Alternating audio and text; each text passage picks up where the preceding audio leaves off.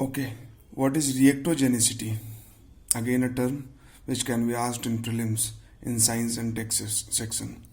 ठीक है, तो अभी जैसे कोविड का जो वैक्सीनेशन प्रोग्राम चल रहा है, तो हम न्यूज़ में देख ही रहे हैं कि वैक्सीनेशन को लेकर बहुत इशू है। वैक्सीन्स एडिक्वेट अमाउंट में अवेलेबल नहीं है।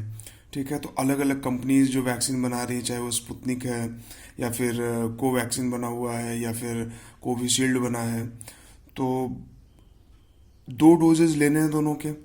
अब 2 डोजेज में इस बात पर चर्चा चल रही है कि क्या 2 अलग अलग वैक्सीन लिया जा सकता है, मतलब एक डोज कोविशील्ड का और दूसरा डोज कोवैक्सीन का या स्पुतनिक का, और उसका कोई नेगेटिव असर तो नहीं होगा।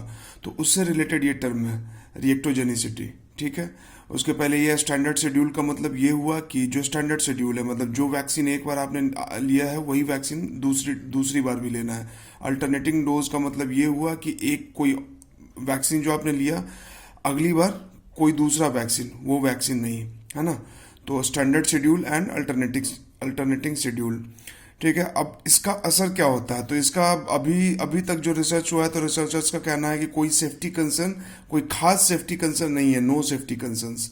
ओके, अब रिएक्टोजेनिसिटी का एग्जैक्ट मतलब क्या है? रिएक्टोजेनिसिटी का एग्जैक्ट मतलब है कि the physical response to vaccination.